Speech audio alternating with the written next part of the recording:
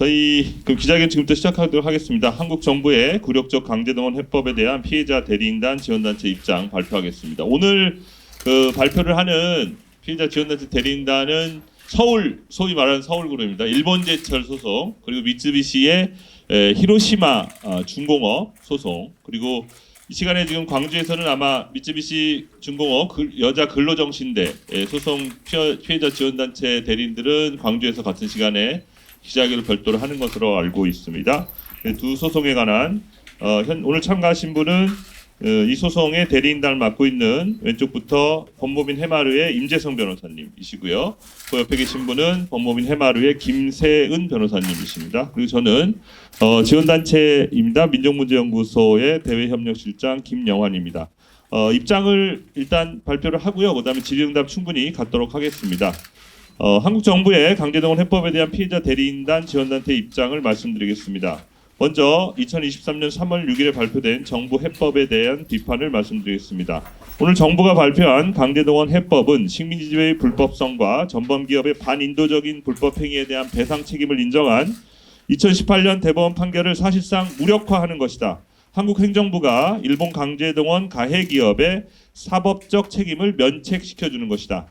식민지 시기 피해자 개인의 인권과 고통을 무시한 1965년 한일 청구권협정의 장벽을 극복하기 위해 피해자들은 1990년대부터 일본에서 그리고 2000년대 이후 한국에서 법정 투쟁을 해왔고 2018년 마침내 대법원에서 피해자들의 승소 판결이 확정되었다.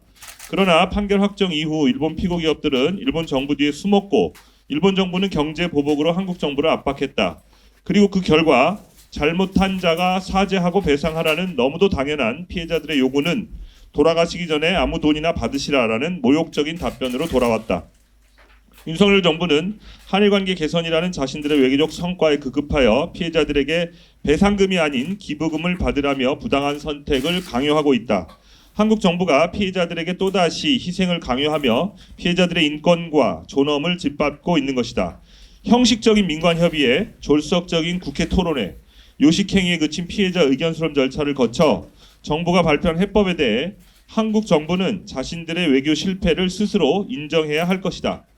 일본에게 당당하게 배상 책임을 요구하는 것이 아니라 일본의 선의에 기대어 성의 있는 호응, 기여라는 표현을 고집하며 숙제검사를 받는 학생처럼 일본 정부에게 저 자세로 일관하여 일본의 사과도 강제동원 문제에 대한 일본의 그 어떤 재정적 부담도 없는 오늘의 굴욕적인 해법에 이르렀다.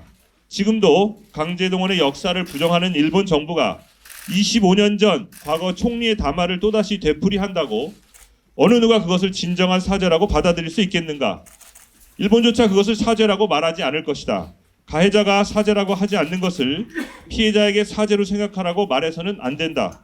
10여 년 전 미쓰비시 중공업 근로정신대 피해자들과 화해 협상에서도 나왔던 장학기금은 한국의 외교 참패를 감수기 위한 꼼수에 지나지 않는다.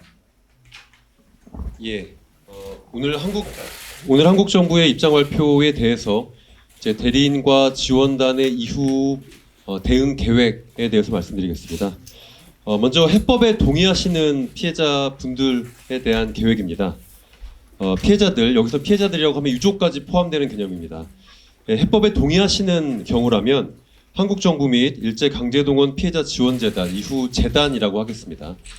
과 협의하여 이후 채권 소멸 혹은 채권 포기 절차를 진행하도록 할 것입니다.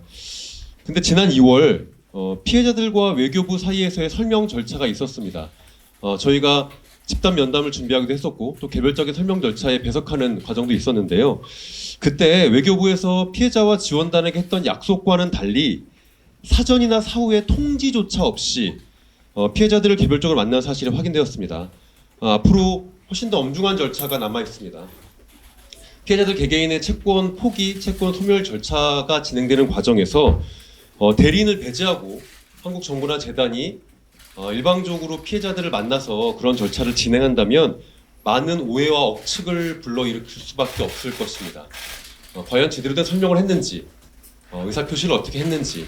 그렇기 때문에 외교부 및 재단은 대리인과 협의하여서 이 한국 정부 해법에 동의하시는 피해자들의 채권 소멸, 채권 포기 절차를 진행하는 것이 마땅할 것입니다.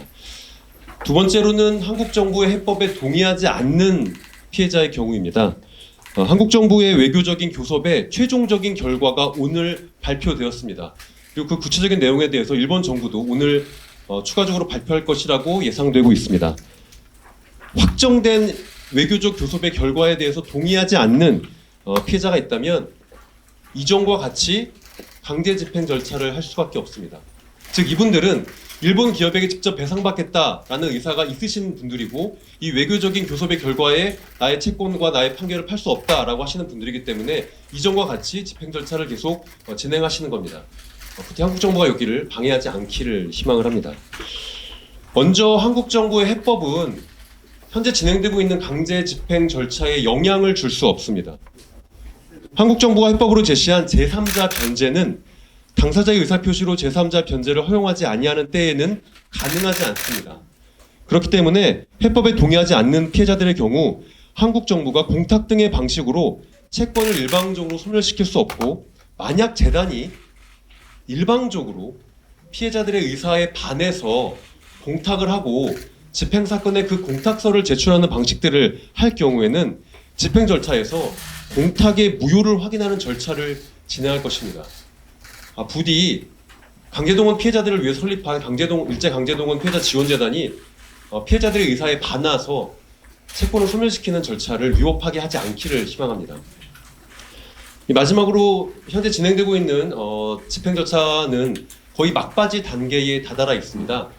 확정된 3건의 판결 중 2건의 경우는 대법원에서 재항고심에 있고요. 최종적인 결론만 앞두고 있습니다. 지금까지 사법부가 이 판결을 좀 늦게 한 건 사실입니다. 여러 가지 이유가 있는데요. 이제 그 중에 하나가 한국 정부가 지금 외교적인 교섭을 하고 있기 때문에 혹시 그 외교적 교섭의 최종적인 결과가 나오면 피해자들이 여기에 동의하여서 본인의 집행 사건을 취할 수도 있다라는 가능성이 존재했던 것도 사실입니다. 그런데 만약에 이 외교적 해법에 동의하지 않는 피해자라면 그 의사를 사법부에 현재 진행되고 있는 재판부에 명확하게 밝힐 겁니다. 이 집행 절차를 신속히 마무리해 달라고요. 그렇게 된다면 아마 사법부가 신속하게 마지막 최종 단계에 있는 재항고심의 판단을 하지 않을까라고 싶습니다. 마지막으로 추가적인 국내 자산에 대한 집행 절차도 진행될 겁니다. 미쓰비시 중공업 히로시마 소송 대법원 2013다 6787호로 확정된 사건입니다. 이 원고들 일부가 2021년 9월 3일 서울중앙지방법원에 미쓰비시 중공업이 국내에 있는 MH파워 시스템즈 코리아 주식회사에 대하여 가지는 채권이 있음을 확인하고 여기에 대해서 압류 및 추심 명령을 신청했습니다. 그리고 서울중앙지방법원은 2021년 9월 10일 위 채권에 대한 압류 및 추심 결정을 하였고요. 그 결정이 같은 달 15일 MH 파워 시스템즈 코리아에 송달됨으로써 압류 및 추심 명령의 효력이 발생했습니다. 이것이 무슨 뜻이냐면은 이 압류 및 추심 명령을 받은 사람들이 이 제3채무자라고 하는 이 MH 파워 시스템즈 코리아에 대한 채권을 직접 추심해서 그 돈을 받아갈 수 있다는 의미가 됩니다. 이 채권은 해마다 발생해 오던 글로벌 IT 시스템 지원 및 사용과 관련해서 IT 서비스 용역 계약 등을 체결하고 지급하는 수수료로 확인이 되었고 2021년 저희가 압류할 당시 금액은 7,700만 원 정도 됐습니다. 현재는 계속 발생하고 있는지 여부가 확인되지 않는데요. 작년에 발표된 감사 보고서에 따르면 이 지급 수수료로 지급되던 부분이 삭제된 것이 확인이 되어서 계속적으로 발생하고 있지는 않을 가능성이 높다고 보입니다. 하지만 현 시점에서는 정확한 채권액을 확인하기는 어렵지만 이 지급 수수료 채권액에서 저희가 신청한 5억 8,900만 원 정도 되는 돈에 이를 때까지 그 금액에 대해서 압류 및 추심 명령의 효력이 미칩니다. 원고들은 법원의 압류 및 추심 명령에 따라서 미쓰비시 중공업이 MH 파워 시스템즈 코리아에 대하여 가지는 채권을 직접 추심할 예정입니다. 피해자들은 그동안 한일 정부 간 외교적 협의 상황 등을 지켜보았습니다. 그리고 그 최종 결과를 수용할 수 없다는 피해자의 경우에는 위와 같이 기존의 집행 절차를 신속하게 진행하고 새로운 압류 및 추심 명령에 따른 추심금 청구 소송을 진행할 예정입니다. 피고 기업으로부터 배상을 받고자 하는 피해자들의 의사를 이렇게 존중하고자 합니다. 인데요. 외교부에서는 피해자나 인국들과 꾸준히 이제 만나왔다는 입장을 꾸준히 밝히고 있었고 여기에서도 약간 설명을 해주셨는데 이제 이때는 개별적으로 만난 사실을 확인했다고 해주셨거든요. 그럼 실제로 인국들과의 이 협의 과정이 얼마나 어떤 단계까지 이어졌던 건지 궁금합니다. 뭐 외교부 장관이 그런 표현들을 했던 걸 저희도 확인을 했습니다. 근데 이제 그 표현을 아주 보면 뭐 동의라는 표현까지는 사실 쓰이진 않았습니다. 뭐 신속하게 해결될 것을 뭐 기대하는 분들이 상당수 있었다. 뭐 이런 식의 이제 표현들인데요. 아마 외교부 스스로도 그 절차가 동의 절차가 아니고 설명 절차였다는 걸 잘 알고 있기 때문에 그런 식의 표현들을 썼다고 봅니다. 근데 지금 이 정도의 국면이 나온다면 지금 한국 정부의 해법 안에 한국 정부가 그렇게 표현하고 있기 때문에 그걸 쓰겠습니다. 한국 정부의 해법 안에 대해서 피해자들이 동의하느냐 반대하느냐 사실 이제 그게 중요한 쟁점이겠죠. 첫 번째로 한국 정부는 오늘 해법안이 발표되기 전까지의 피해자들을 개별적으로 만난 사실이 있습니다. 그리고 뭐 15명 중에 13명을 만났다. 근데 저희는 13명이라고 확인되지 않는데 뭐 왜 13명인지 모르겠습니다. 근데 이제 피해자들을 상당수 만난 건 사실인데 그 절차에서 한국 정부가 이야기했던 것은 한국 정부가 지금까지 이렇게 노력을 해왔고 어려운 상황이고 앞으로도 일본 기업으로부터 사죄와 배상을 받도록 노력하겠다. 하지만 안이 확정되지 않았기 때문에 확정되고 나면 다시 설명을 드리겠다라는 것입니다. 저희가 만약에 외교부가 여기다 부정하면 저희가 그 설명 자리 때 저희가 녹음했거나 촬영했던 것들을 당연히 공개할 의사도 있습니다. 굉장히 두루뭉술하게 설명을 했고 저희는 근데 그게 설명 자리이기 때문에 충분히 가능하다고 생각했습니다. 나중에 안이 확정되면 다시 동의하는 절차를 거칠 것이기 때문에요. 근데 오늘 이제 뭐 많은 분들이 뭔가 그 설명에 호응하는 것처럼 이야기를 하는 건 사실과 다르고요. 확정 판결 기준으로 하면 이제 원고 기준은 14명, 피해자 기준은 15명으로 확인이 되는데요. 지금 정부 안, 즉 일본의 사과와 일본의 재정적 출연 없이 한국 정부가 이 판결을 책임지겠다 정도의 워딩에 대해서 긍정적인 의사를 확인하신 분은 절반 이하입니다. 더 구체적으로는 한국 정부는 고령의 피해자들을 위해서 이 문제를 신속히 해결해야 된다라고 이야기하고 있습니다. 근데 확정 판결 받으신 피해자 중에 생존 중이신 고령의 피해자는 3분이시죠. 그분들은 모두 한국 정부의 안에 대해서 명시적인 반대 의사를 표명하고 계십니다. 예, 그런 상황에서 고령의 피해자들을 위해서 신속히 책을 마련해야 된다라는 최소한 그 워딩은 빼야 되지 않을까 싶습니다. 즉 다시 좀 정리드리면요. 확정 판결 받으신 피해자로만 아주 좁혀봐도 정부의 이 안에 대해서 긍정적인 입장을 명시적으로 표현하신 분은 절반 이하다 라고 확인시켜드릴 수 있습니다. 오늘 이 해법 발표 전에 제가 이춘식 할아버지 저희 일본제철 지금 생존자 3분이잖아요. 이춘식 할아버지 일본제철 저희가 담당하고 있고요. 광주의 양금덕 할머니, 김성주 할머니께서는 광주에서 담당하고 있는데 제가 그 가족분들과 통화를 했습니다. 할아버지 이제 104세 되시고 직접 인터뷰하시기는 어려우니까. 근데 지난번에 외교부 국장이 2월달에 직접 찾아가서 만났을 때 할아버지께서 말씀하셨습니다. 본인이 먼저 돌아가신 분들에게 떳떳한 결과를 바란다라고 말씀하셨고요. 오늘 정부의 입장 발표에 대해서 제가 가족분을 통해서 그 의사를 다시 한번 명확히 확인을 했습니다. 그러니까 적어도 생존자 3분 명확하게 정부 안에 동의하지 않는다라는 것을 밝히셨다고 해도 좋을 것 같습니다. 앞으로 외교부가 뭐 많은 분들이 동의하고 장관도 그렇게 얘기하셨잖아요. 나라 걱정하신다, 뭐 국격에 걸만 고생한다 이렇게 얘기하셨다는데 뭐 그렇게 명시적으로 생존자분들께서 명확하게 반대 의사를 밝히셨다는 것을 좀 강조해서 말씀드리고 싶고요. 또 구체적으로 이름은 안 밝혔지만 그날 장관 직접 앞에서 여기 계신 미쓰비시 소송에 유족 되시는 분도 명확하게 아버지께서는 이런 구걸 같은 돈 받지 않겠다 돌아가셨는데 그렇게 밝히신 분들 계십니다. 그러니까 정부가 좀 마치 정부 안에 많은 분들이 호응하고 있는 것처럼 말씀하신 것 좀 사실과 다르다는 것을 명확히 말씀드립니다. 그리고 이제 장관의 워딩 중에 피해자 상당수가 빠른 해결을 원한다고 정부에 말했다라는 그 워딩이 있었는데요. 예, 그거는 사실입니다. 예, 상당수가 빠르게 이 문제가 해결되기를 바라고 있죠. 상당수라는 표현이 아니라 거의 대부분의 사람들이 이 문제가 빠르게 해결되기를 바라고 있을 겁니다. 그런데 그 말 이전의 말들은 좀 하지 않으신 것 같아요. 내가 정부 안에 동의할 수는 없지만 그럼에도 불구하고 우리가 동의할 수 있는 안을 가지고 와서 빠른 시일 내에 해결해 달라라고 말씀을 하셨던 분들도 많이 있습니다.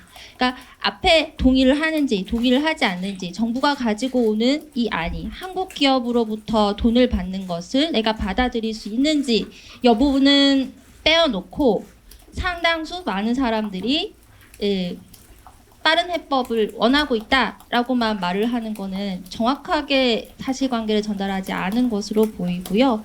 또 한 가지는 그 기자님께서 이제 면담 절차, 의견 수렴 절차에 대해서 물어보셔서 이제 말씀을 드리면 의견을 수렴한다는 거는 단순히 듣기만 해서 그러니까 자리를 만들어서 듣기만 한다고 해서 의견을 수렴한다라고 하지는 않습니다.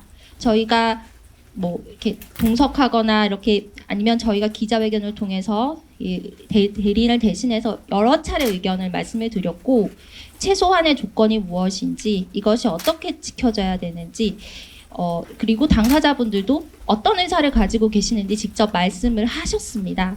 그런데 정부는 정해진 안이 있고 그 안에 대해서 발표하기 위해서 그 사전에 그냥 만남을 가지고 제대로 된 설명이라고 보기도 어려운 설명들을 두루뭉실하게 하면서 절차를 진행했을 뿐이지 그것을 의견을 수렴했다라고 이야기하는 것에 있어서는 조금 받아들이기가 어렵습니다.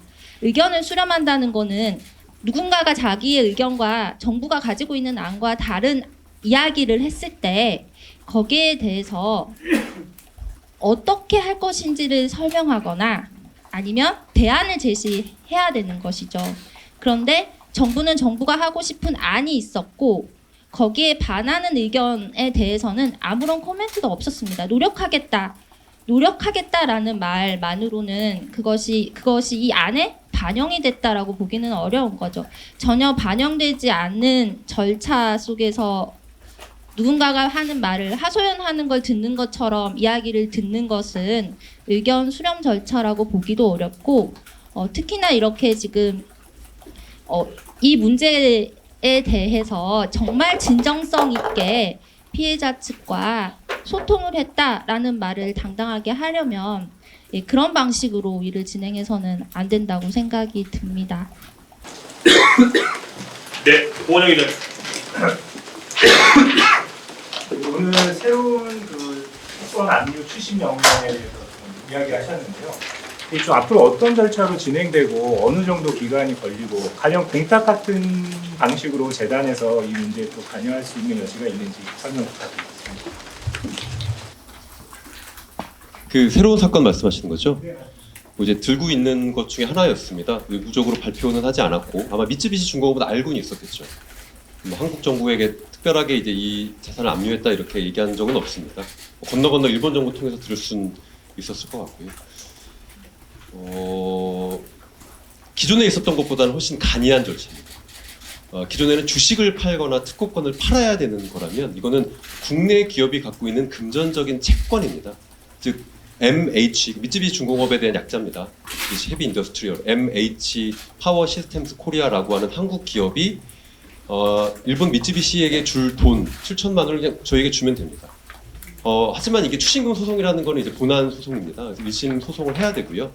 1심 판결이 확정되면 통상은 가집행 판결이 나옵니다. 그래서 그 가집행에 따라서 아마 절차는 이루어질 것이라고 보고 뭐 여기에 있어서 뭐 피고 기업들이 여기서 피고 기업은 이제 그 한국에 있는 MH 파워 시스템스 코리아일 텐데 또 뭐 국내 유수 대리인이 붙어서 이거 뭐 65년 청구협정 위반이다 뭐 이런 식의 주장을 하겠지만 실제로 법원에서 받아들일 가능성은 거의 없고요. 절차대로 이게 채권자인지 그리고 이제 이 자산이 미쯔비시 중공업에 줄게 맞는지 정도 확인하면 이 판결이 그렇게 오래 갈 거라고 보지 않고 기존에 있었던 송달 문제도 존재하지 않습니다.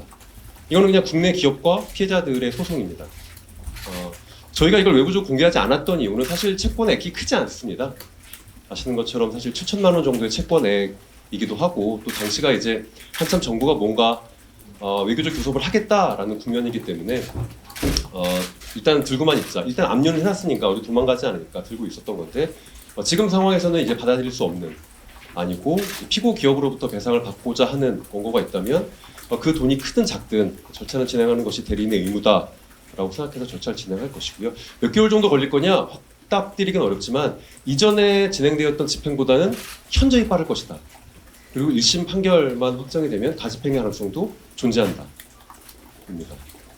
물론 그 절차에 아마 또 일제강제동원 피해자 지원재단이 보조 참가 등의 방식으로 여러 가지 방해를 할 계획을 가지고 있을 수도 있습니다.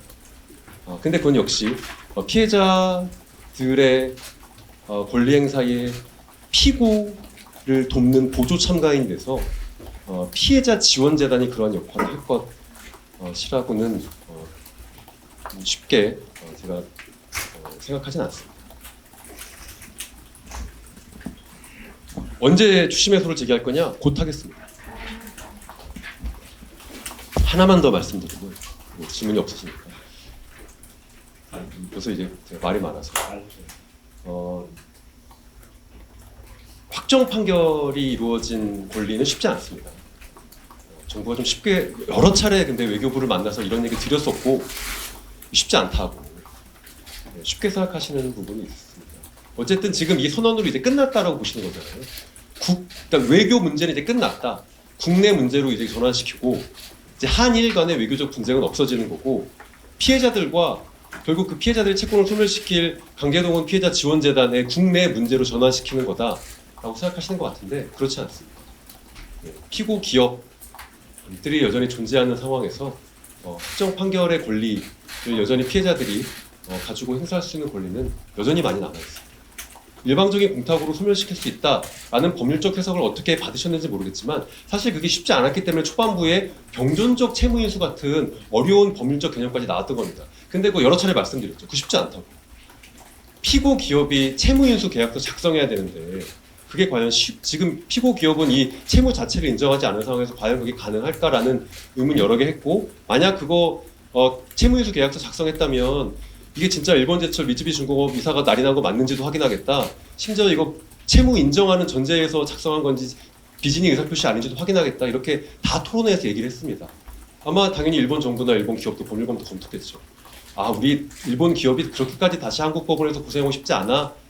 여기서부터 추정입니다. 라고 했기 때문에 취약한 제3자 변제로 결정을 한 것 같습니다. 제3자 변제는 쉽지 않습니다. 법률상으로도 당사자가 동의하지 않으면 변제 쉽지 않습니다. 이제 그 갈등을 국내적으로 덮어버리겠다라는 정도의 계획이지 않을까 싶습니다. 네, 수고 많으셨습니다. 프레시아 이재호고요.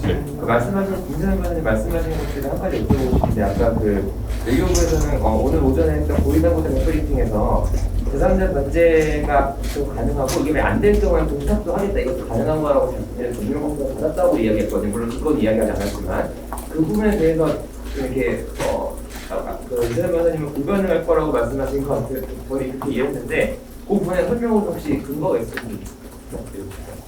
그게 그 2023년 1월 12일에 있었던 외교부 주최로 했던 국회에서 이루어졌죠. 토론회에서도 그 부분에 대해서 약간 뜬금없이 이제 그 어떤 변호사 한 분이 나오셔서 토론자 중에 한 분으로 나와서 이게 유력설이다.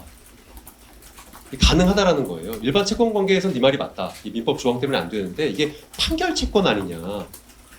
아마 그 검토에 근거하신 건데요. 처음 들어보는 것이고 사실 이게 판례가 많지는 않습니다.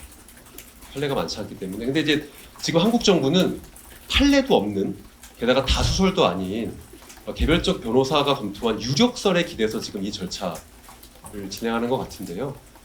저의 근거는 민법의 명시적인 조항입니다.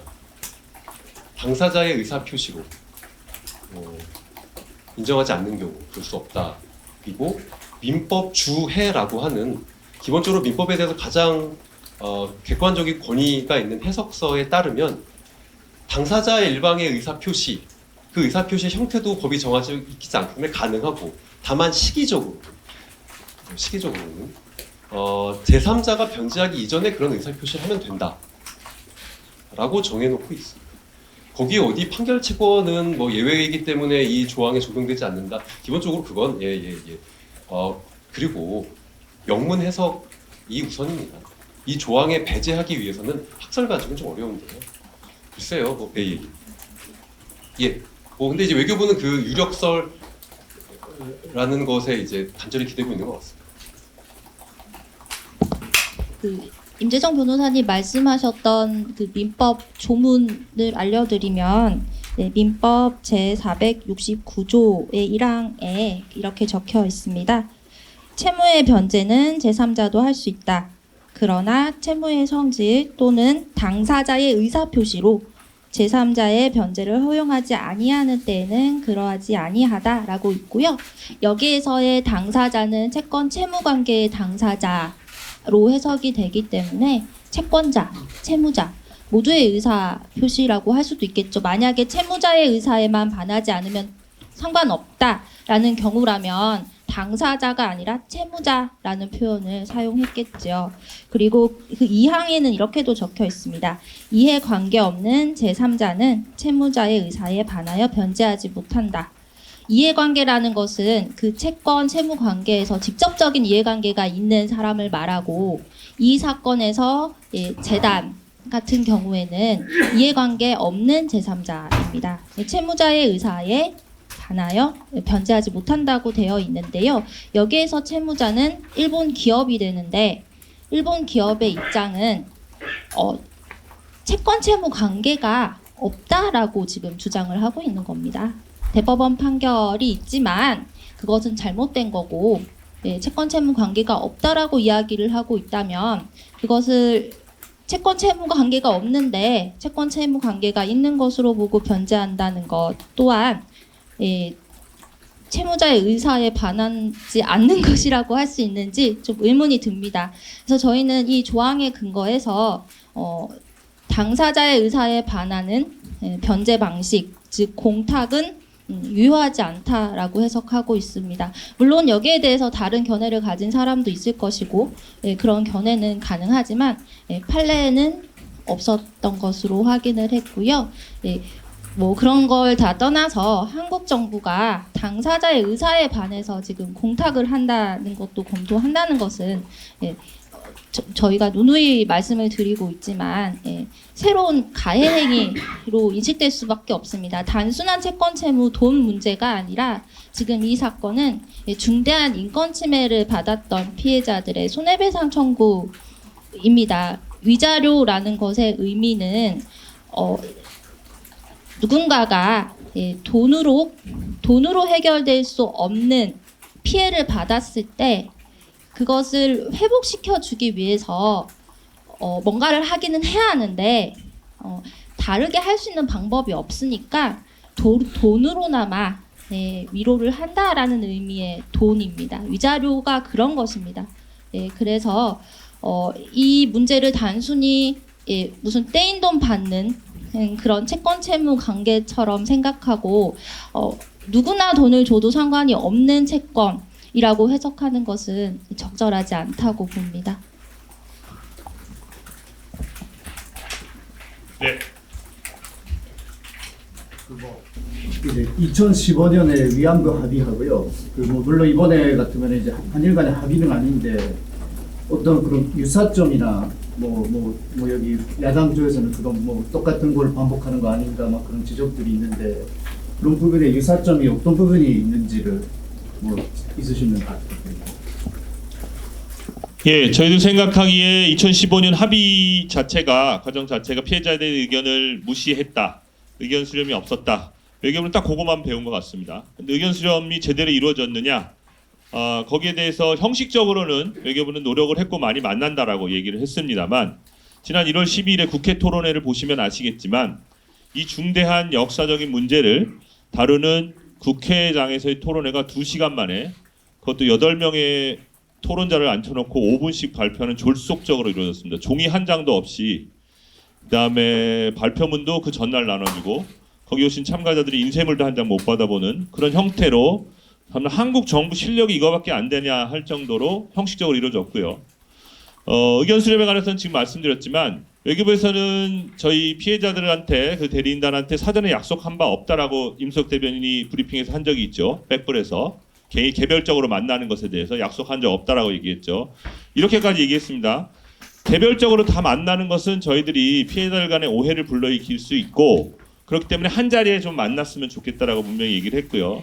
그리고 또 개별적으로 만났는데 저희 변호사들도 저도 그렇고 다 따라다니면서 동석을 할 수가 없지 않습니까? 근데 90 다 되시는 어르신들이 공무원들 4-5명 와가지고 만나가지고 얘기하는 거에 대해서 어떻게 저희가 그것을 확실하게 믿고 따를 수 있겠느냐 그랬더니 본인들이 녹취한 것까지 드리겠다. 그러니까 연락처 알려달라 이렇게 얘기했거든요. 근데 그 과정이 어땠는지 모르겠지만 실질적으로 개인적으로 연락처를 받아서 저희들과의 약속을 파기하고 개별적으로 접촉을 해왔습니다. 거기에 대해서 저희들이 물론 문제 제기를 그렇게 강력하게 하진 않았지만 외교부도 그걸 잘 알고 있습니다.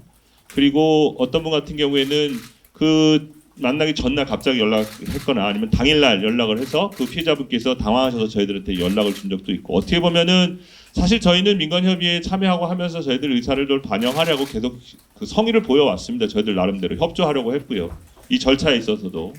그런데 이미 민간협의회 과정에서도 대법원에 의견서 제출해서 형벌을 막았고요. 그 뒤 절차에 있어서도 외교부가 한 행태는 좀 공정하지 않습니다. 이 정부가 얘기하는 상식에도 어긋나고요. 그런 부분에서 비판을 좀 해야 될 것 같고요. 네, 그런 부분에서 저희들이 외교부의 그런 행태에 대해서 비판을 하는가 더불어 위안부 합의는 기본적으로 위안부 합의에 대한 그 2015년 합의 같은 경우에는 그것만 배운 겁니다. 그래서 위안부 합의 같은 경우는 그래도 일본 정부의 위안부 문제에 대한 사죄가 있었잖아요. 위안부 문제. 근데 이 강제동원 문제에 대해서는 그냥 통절한 사죄 반성을 답습한다라고 하는데 지금 일본 정부가 그 뒤에 30년 전에 김대중 옵지선이 나왔지 않았습니까? 지금 일본 정부가 강제동원 사실 인정하고 있습니까? 인정하지 않고 있습니다. 식민지 지배 불법이라고 대법원 판결이 얘기했는데 불법이라고 인정하지 않고 있습니다. 합법이라고 얘기하고 있고 그렇기 때문에 징용이라는 것도 합법적인 제도였다. 그리고 유네스코 세계유산 문제에 있어서 그람도도 그렇고 사도광산도 그렇고 강제노동 없었다라고 계속 부인하고 있습니다. 심지어 조선반도 출신 노동자라는 표현 쓰고 있죠. 한반도 출신 노동자라고. 일본 정부 그렇게 지금 나오는 자세에서 어떻게 한국 정부가 그런 통절한 사죄와 반성을 사과라고 받아들이겠다고 하는데 저희는 도저히 이해할 수가 없습니다. 상식적으로 일본 정부의 현 자세에 대해서 그런 부분에 있어서 한국 정부 이번 안은 실제로 2015년 일본군 위안부 합의보다 더 후퇴한 것이라고 저희는 평가를 하고요. 그럼 이렇게 되면 한국 정부의 그런 식민지배 합법이냐 불법이냐의 입장에 관해서 일본 정부 입장을 추인하는 꼴이 됩니다. 곧 대법원 판결을 한국 정부가 부인하는 것이 되는 것이죠. 그런 의미에서 이 한국 정부 이번 안은 반헌법적이라고도 할 수 있습니다. 대법원 판결을 부인한 거니까요. 예. 그런 부분에서 저희는 후퇴했다 이렇게 평가하고 있습니다. 이상입니다. 아까 피해자분들 만났을 때 이제 그 정부 측에서 뭐 전달한 입장에 대해서 이제 들으신 것 같은데 한국 정부 측에서 제3자 변제에 관한 어떤 구체적인 설명을 피해자분들께 한 바가 있는지 거기에 대해서 좀 뭐라고 피해자분들은 뭐 얘기를 하셨는지도 궁금하고 그리고 사실 그 한국 기업이 변제하는 상황이 이제 될 텐데 그러면은 거기에 대한 어떤 이해관계가 없는 당사자가 그 변제하는 상황에 대한 법적 문제 소지 같은 건 없는지 이제 그런 얘기는 심규선 이사장님이 하셨습니다. 사실 이제 외교부는 두루뭉술하게 이제 노력하고 있고 열심히 하고 있고 판결금 받으실 수 있도록 노력하겠다. 너무 늦게 찾아와서 죄송하다. 울고불고 그랬었는데요. 너무 넘어가고 이제 결국은 이제 한국 기업의 돈으로 정확하게 일본 기업 참여 없는 한국 기업의 돈으로 판결금 정도의 상당액을 드리겠다 이런 식의 구체적인 얘기는 하지 않았습니다. 근데 대신 심규선 이사장님이 이제 일제강제동원 피해자 지원재단 이사장이다. 그리고 이제 돈을 계속 이제 모금을 하고 있다. 그래서 환경 상당액을 아마 재단에서 지급하는 안을 준비하고 있다. 오히려 외교부보다는 훨씬 더 구체적인 얘기를 해주셨는데 사실 이제 그런 얘기들이 여러 행간 사이에 한 줄 정도 나오는 뭐 본인이 기자 생활을 했고 저도 잘 알고 있고 일본에서 오랫동안 뭐 늘 이제 이렇게 시작하시잖아요. 그래서 뭐 사실 이제 아주 이게 좀 명시적으로 문서에 작성돼서 이런 아니다라는 것들을 정확히 인지하셨을까? 사실은 제가 이제 배석했던 자리가 여러 번 있었는데 그거를 좀 근데 제가 대리인 입장에서 근데 계속 뭔가 캐 물었긴 좀 어려운 상황이었습니다. 그래서 그냥 이렇게 설명하고 특히 이제 뭐 이춘식 어르신 같은 경우는 귀가 잘 들리지 않는데 뭐 5분 설명을 했는데 사실 많이 못 알아들으셨던 부분도 있었습니다. 현실적으로 그래서 제대로 된 설명이 다 이루어졌느냐? 라고 보면 저는 거기에 대해서 좀 부정적인 입장이고요. 하지만 이게 설명 절차라면 가능하겠다. 이게 뭐 당장 나의 채권 소멸에 대해서 동의를 구하는 조차까지는 아니고 또 이렇게 들은 다음에 가족분들이 다시 전달해 드릴 수도 있고 또 제가 전달해 드리거나 다른 사람 전달해 드릴 수 있으니까 그래서 그런 절차였습니다. 그리고 이제 뒷부분에선 법적인 문제 얘기를 하셨는데 그건 이제 제3자 변제에 대해서 이미 설명을 드린 것 같아서 그러니까 제3자는 원칙적으로 민법 조항에 따라서 가능합니다. 다만 채무의 성질 또는 당사자의 의사표시로 허용하지 않을 경우에 불가능합니다. 지금 경우에는 당사자의 의사표시를 허용하지 않는 경우에 해당되는 경우가 있잖아요. 당사 중에서는 이 일제강제동원 피해자 지원재단이 한국 기업의 돈으로 배상하는 제3자가 변제하는 것에 대해서 반대하시는 분이 있으니까 그럼 어려운 거죠. 그 얘기는 드린 것 같습니다.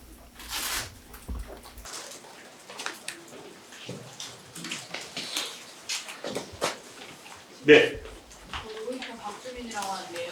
뭐 질문 많은지 모르겠는데 오늘 외교부 발표에 대해서 미리 지원단체 쪽에 오늘 발표할 거다 이런 내용을 발표할 거다라는 미리 사전 고지가 있었는지 하고 외교부에서 계속 주장하는 게 절반 이상의 피해자분들이 이 안에 찬성했다라고 하는데 아까 변호사님이 절반 이하다라고 말씀하셨는데 혹시 구체적으로 15명 중에 몇 분이 반대하고 몇 분이 찬성하는지 얘기해 주세요. 일단 외교부에서 저한테 연락을 줬던 거는 어제 오후 2시쯤 전화를 했었고 저랑 실제로 통화했던 시간은 한 4시 이후였던 것 같습니다. 전화로 설명을 해줬던 내용은 사실 좀 형식적이라고 평가하고 있는데요. 내일 누구가 11시 30분에 브리핑을 할 거고 발표를 할 거고 내용은 기존에 설명했던 것과 거의 동일하다라는 내용이었습니다. 그래서 뭐 아주 구체적으로 뭐 내용들을 설명을 듣지는 않았고요. 기존에 설명했던 것과 동일하기 때문에 그 발표를 참고하시면 될 것 같다. 라는 것이었습니다. 찬성 반대 숫자 좀 알려주세요. 저희가 담당하고 있는 숫자를 기준으로 제가 지금 이제 서울 광주 그룹 이렇게 모두 합쳐서 15명이잖아요. 그래서 광주 그룹과 관련해서는 제가 명확하게 어떤 외교부가 어떻게 만났고 누가 어떤 의견을 가지셨는지는 알지 못합니다. 그렇지만 제가 여기 기자회견 하기 전에 광주 계시는 변호사님, 담당 변호사님과 통화를 했을 때는 광주에서는 외교부에 명확하게 찬성한다는 의사를 밝히신 분은 없다라고 확인해 주셨고요. 아마 그 변호사님이 정확하게 사실관계를 다르게 알고 계셨더라면 제가 지금 전달하는 말이 다를 수 있기 때문에 기자님들께서 한번 확인해 주셔야 할 것 같고요. 그러면 이제 서울그룹에 9명이 있는데 요 9분 중에 저희가 확인하기로는 4분이 찬성 의사를 밝혀주셨습니다. 뭐 찬성 혹은 정부 안에 대해서 긍정적인 평가를 하셨던 모든 분들을 포함한 숫자가 4분 정도여서요. 전체적으로 봤을 때는 정확하게 의사가 확인되신 분은 4분 그리고 저희 안에서도 4분 이렇게 해서 결국에는 명확하지 않은 부분을 제외하고 확인된 부분은 과반이 넘지 않는다라고 이제 표현을 했던 것입니다. 저희 안에서도 과반이 넘지 않고 광주 숫자까지 합쳐도 과반이 넘지 않으니까요. 네, 이해가 되셨을까요? 예. 제가 이 부분에 대해서 추가적으로 하나만 말씀드리면요. 이제 그때만 해도 정부안이 확정된 건 아니었습니다. 확정된 건 아니었습니다. 그렇기 때문에 오늘 이제 확정이 된 거고 공식적으로 발표도 한 거고요. 근데 이제 지금 김세현 변호사님 말씀해 주신 건 어쨌든 당시에 한국 정부가 해결한다라는 표현에 명시적인 동의 의사를 밝히신 피해자는 15분 중에 그러니까 피해자 기준입니다. 뭐 한 집에 이제 원고들이 많을 수도 있죠. 피해자가 사망하시면 이제 자녀분들이 상속을 받게 되니까 그래서 피해자 기준 그리고 했을 때 4분이 명시적으로 한국 정부의 입장에 동의한다라는 걸 확인했고요. 그럼 그 나머지 분들 중에 명시적으로 반대 의사를 밝히신 분들도 물론 있으십니다. 그리고 의사가 확인되지 않으신 분들도 있으시고요. 그리고 한 가지 말씀드리고 싶은 것은 이제 그 피해자 기준으로 저희가 이제 의사를 확인을 했을 때 그러하다라는 것인데 피해자께서 이제 돌아가시게 되면은 그 채권은 그 유족들에게 상속분대로 상속되게 됩니다. 그럼 만약에 이제 돌아가신 원고의 가족이 실제 상속인이 5분이다라고 하면 그 유족분 5분의 모든 의사를 확인할 수밖에 없습니다. 그 중에 한 분이라도 반대하게 되면 그 사람을 위한 절차는 또 추후에 진행이 될 수밖에 없어서 사실 외교부에서 의사를 어떻게 확인했는지는 정확하게 저희가 알 수가 없지만 그래서 어떻게 OX를 표를 만들어서 지금 몇 명이 확인이 된다라고 하는지는 알 수가 없지만 원고분들 개개인마다 그러니까 그 돌아가셨기 때문에 상속인들 개개인마다의 의사가 확인이 돼야 해서 정확하게는 지금 외교부에서 말하는 절반 이상이다라고 하는 것도 그런 측면에서도 좀 맞지 않는 사실관계라고 할 수 있습니다.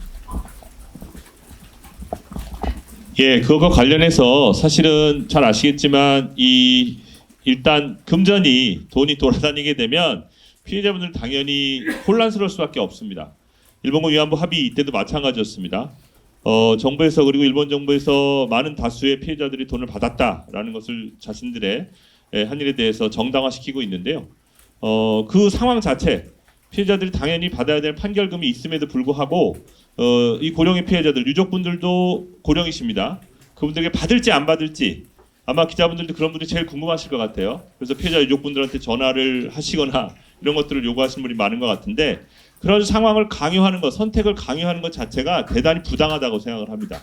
그런 역사적인 소송 앞에서 돈 받을 거냐 말 거냐, 당신 이제 돌아가시기 전까지 우리 열심히 해왔으니까. 그래서 일본 계속 주장하잖아요. 속도감 있게 스피드감을 가지고 해왔다라고 하는데 고령의 피해자들 중에 당사자 정작 생존자 세 분께서는 반대하고 계십니다.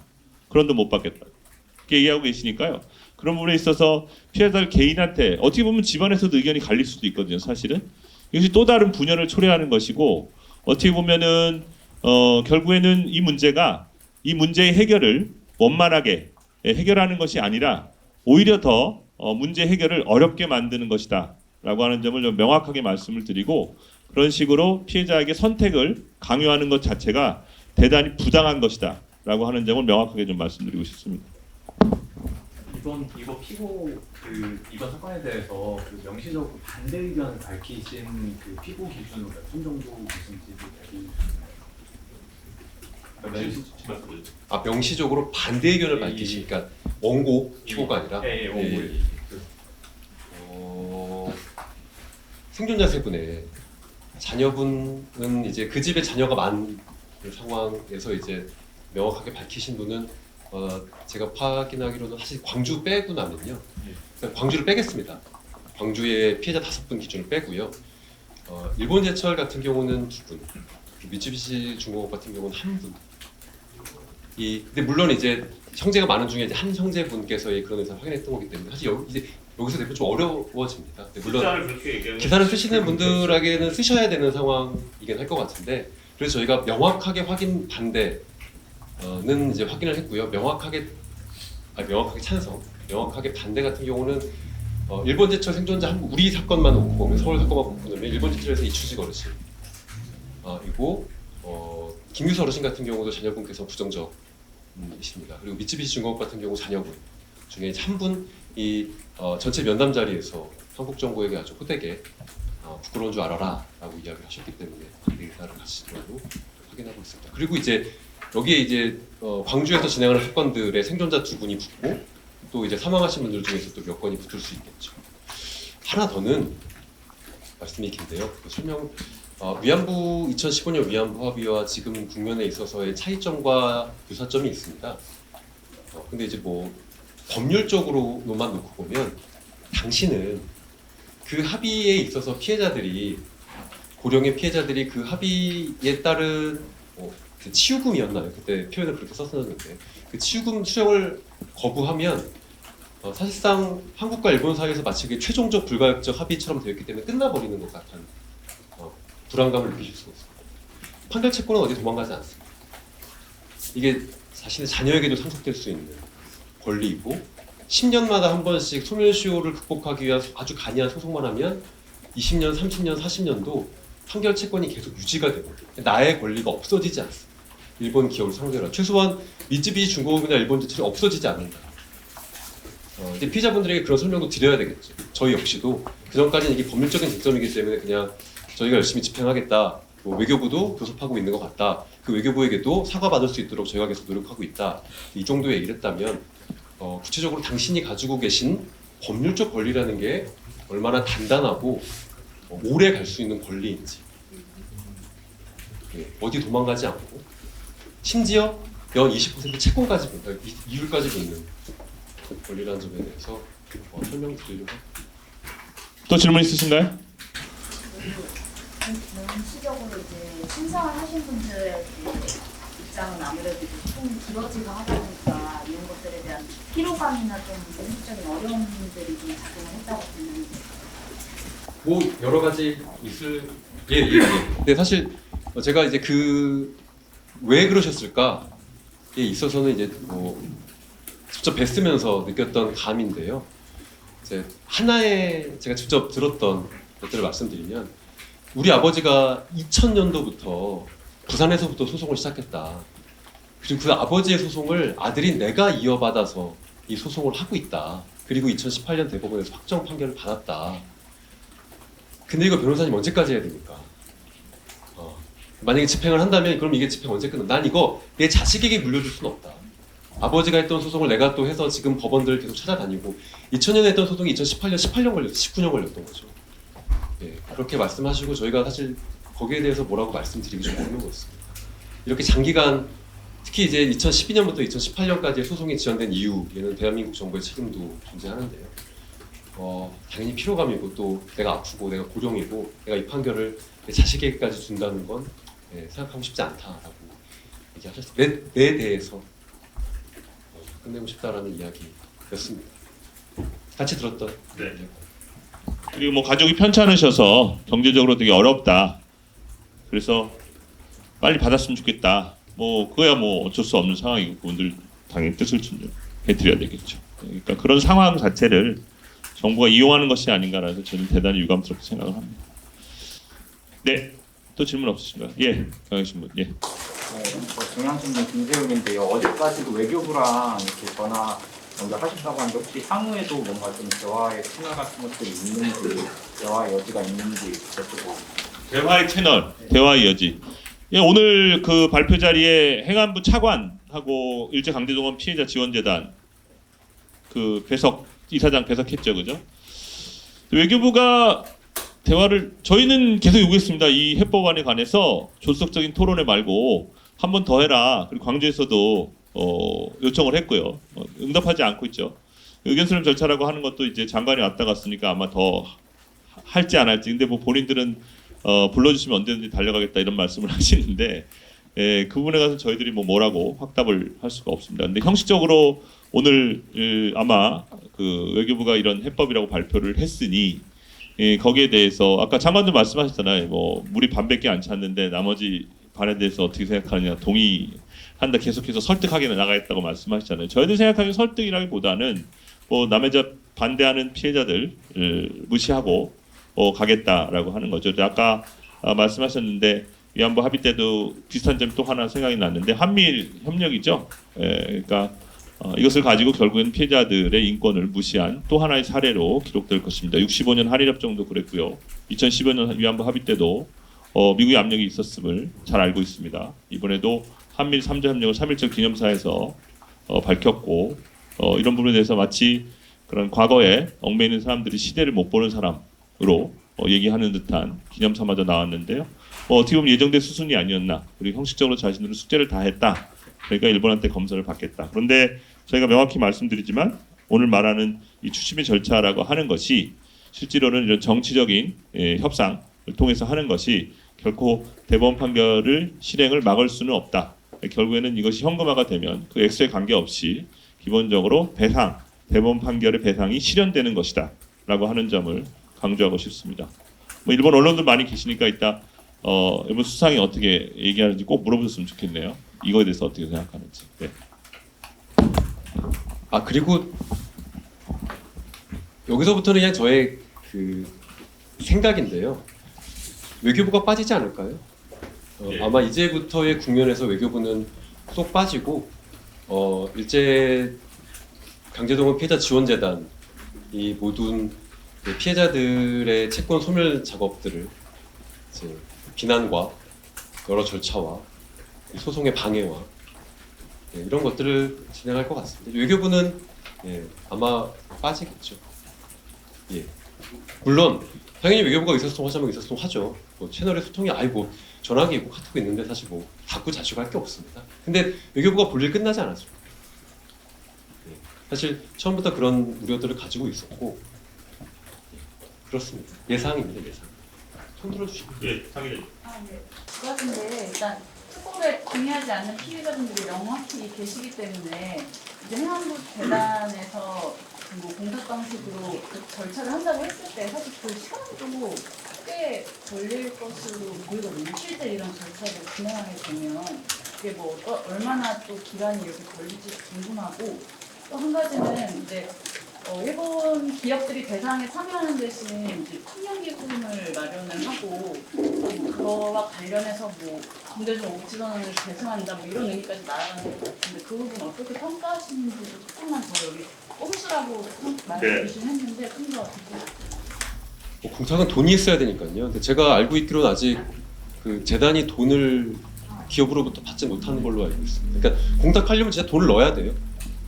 법원에 그 돈을 그 계좌번호로 송금을 해야 됩니다. 근데 그렇게 지금 재단이 물론 재단이란 건 다 돈을 그렇게 쉽게 운영할 수 없고 특정 방식의 아마 지정기탁 같은 것들을 이제 받아야 될 텐데 글쎄요 기업 중에서 그렇게 지정기탁을 했던 기업이 있는 거라고는 확인 못했습니다. 그러니까 진짜 그 계좌로 입금할 돈이 없으면 그런 공탁 절차를 진행할 수는 없을 거라고 보이고 이렇게 정부안이 발표된 이후에 또 속도를 낼 수도 있겠죠. 그러니까 지금은 그렇습니다. 그러니까 얼마나 빨리 될 것 같냐? 당장은 아닐 것 같다. 하지만 속도까지는 모르겠다. 두 번째로는 저희가 이거 진짜 이거 왜 꼼수라고 두 글자 썼냐면 듣도 보도 못한 얘기예요. 물론 이게 2012년에 미쯔비시와의 개별 협상에서 이제 언급된 아니다. 근데 그때도 이게 말이 되냐?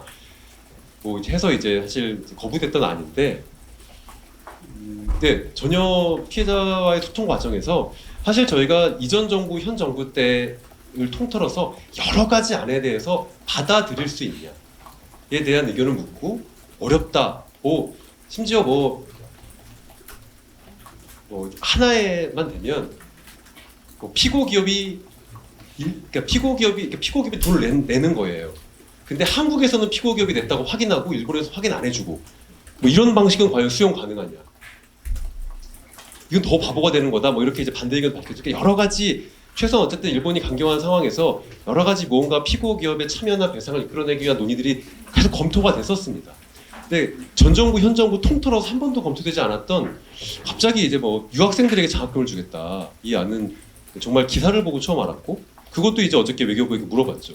근데 그건 확인해줄 수 없다는 거예요. 일본 이제 그런 식으로 넘어갔는데 이거는 외교적 실패를 감추기 위해서 어떻게 보면 국내 정치용으로 일본이 해준 뭐라고 그럴까요? 하나의 세러모니? 그러니까 자신들의 기업 채무를 모두 다 한국 정부가 변제해 주니까 뭐라도 하나 해줄게. 강제동원에 기업도 들어가지 않으면 다른 거 하나 가지고 오면 돈 조금 내줄게. 라는 방식이지. 이게 강제동원 문제와 무슨 상관이 있습니까? 한국 정부가 너무 아무것도 받아내지 못하니까 한국 정부가 뭐라도 좀 해줘. 이거 이렇게 발표하면 우리 큰일 나. 라고 했을 때 해줄 수 있는 그냥 전혀 강제동원 문제와 상관없는 방식의 기금이고, 최소한 이게 일말의 여지, 일말의 미래라도 가지려면 강제동원 피해자들의 3세, 4세에 대한 뭐 장학금이든 기금이든 아니면 뭐 위령이든 아무것도 아니잖아요. 재팬 파운데이션에 돈 내면 되는 거 아니에요?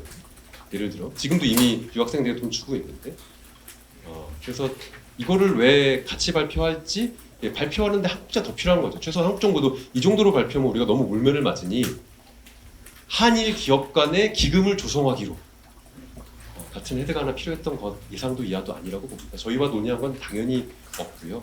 아마 협상 막바지에 결국 일본 기업, 피고 기업을 제외한 일본 나머지 기업조차 들어가지로 않기로 한 게 확정되면서 이대로 발표 못한다, 올해도 하나 있어야 된다 라고 해서 급조된 안이 아닐까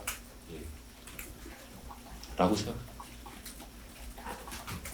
청년들, 미래 세대에게 필요한 건요, 그들에 대한 경제적 지원도 물론 뭐 필요할 수도 있어요. 이 문제에 있어서 화해와 치유와 역사와 기억을 위해서 미래 세대에게 필요한 건 사실상 어떻게 이 문제를 양국이 함께 기억할지에 대한 문제입니다. 근데 그런 게 합의가 될 수가 없죠. 지금 일본은 강제동원 문제의 불법성을 인정하지 않는데, 유네스코에서 등재하라고도 하지 않는데, 사실상 미래 세대를 위한 이 문제의 동의 자체가 이루어질 수가 없는 상황인 겁니다. 그러니까 탈출구가 사실은 일본 유학생에게 돈 주겠다는 거죠. 강제동원 문제의 금전적 출연이라고는 뭐 평가할 수 없고요. 오로지 한국 정부의 그러니까 참담한 외교 실패를 면피하기 위한 급조된 안이라고 봅니다. 게다가 뭐 정경련도 지금 정부와 친한 회장님 직무대행께서 가신 상황에서 뭐 가용할 수 있는 자원이라고 판단하지 않았을까 싶습니다. 그 내용은 광주 쪽에 자세히 물어보시면 아시겠지만, 미쓰비시와의 그 여자 근로자 정신 소송에서 아주 오랫동안 화해 협상했습니다. 사죄문까지 검토를 했고요. 그런데 그 배상 기금의 성격을 둘러싸고 막판에 절대로 배상은 안 되니까 장학금을 주겠다고 얘기했어요. 할머니도 80다 넘으셨는데 장학금 주겠다고 하는데 할머니들 다시 모욕하는 것이다, 못 받아들인다고 분명히 거부된 안이거든요. 근데 그것을 지금 10년이 지나서 또 들고 나와서 얘기한다는 것 자체가 어떻게 보면 또다시 피해자를 모욕하는 것이라고 저는 생각을 하고요. 그래서 어제 김성한 외교안보수석도 가면서 과거에 얽매이지 말고 미래가 중요하다. 그럼 마치 피해자들이 무슨 과거에 얽매여서 발목 잡고 있는 사람이다라는 인식을 주는 말들을 계속하고 있는데, 이 정부의 이런 역사인식 문제에 대해서 좀 심각하게 문제제기를 하지 않을 수 없고요. 저는 한국 사회가 유학생들 돈이 없어서 강제동원 피해자들 배상금 대신 두는 기금을 과연 한국의 젊은이들이 기쁜 마음으로 받겠다고 할 거라고 생각합니까?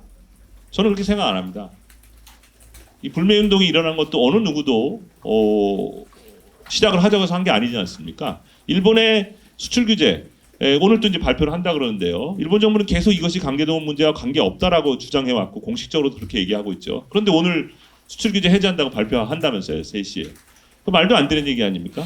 자존심을 상하게 만드는 일인데, 오히려 한국 사회에 그런 기금을 만들면 그러면 한국 젊은이들이 좋아서 청년 기금 만들어서 미래를 위해서 가니까 기쁜 마음으로 받아들일 것이라고 생각하는 것 자체가 어떻게 보면 한국 사람들의 자존심을 저는 더 상처를 주는 일이다라고, 안 하니만 못하는 아니라고 생각합니다. 그런 기금이야 많이 만들면 좋죠. 많이 만들어서 많이 유학생들 왔다 갔다 교류하면 좋다고 생각을 하는데, 그것을 굳이 왜 강제동원 문제에 결부시켜서 하는지 저는 도저히 이해할 수가 없습니다. 예. 또 질문 있으신가요? 네, 지지통도 김원준입니다. 사망한 피해자분들이 좀 있어가지고요. 이 15명 중에 3분만 생존해 계시잖아요. 그럼 나머지 12분은 유족분들이 참석을 하신 상황일 텐데, 유족분들 중에서도 찬성하시는 분이 있고 반대하시는 분이 있을 건데, 그럼 그거는 별개로 이렇게 나눠서 진행을 할 수가 있는 건가요? 찬성하시는 분은 상속분만큼의 기금을 수령을 하시고, 반대하시는 분은 자신의 상속분만큼은 강제 집행에 나서고, 이것도 분리해서 당연히 가능합니다.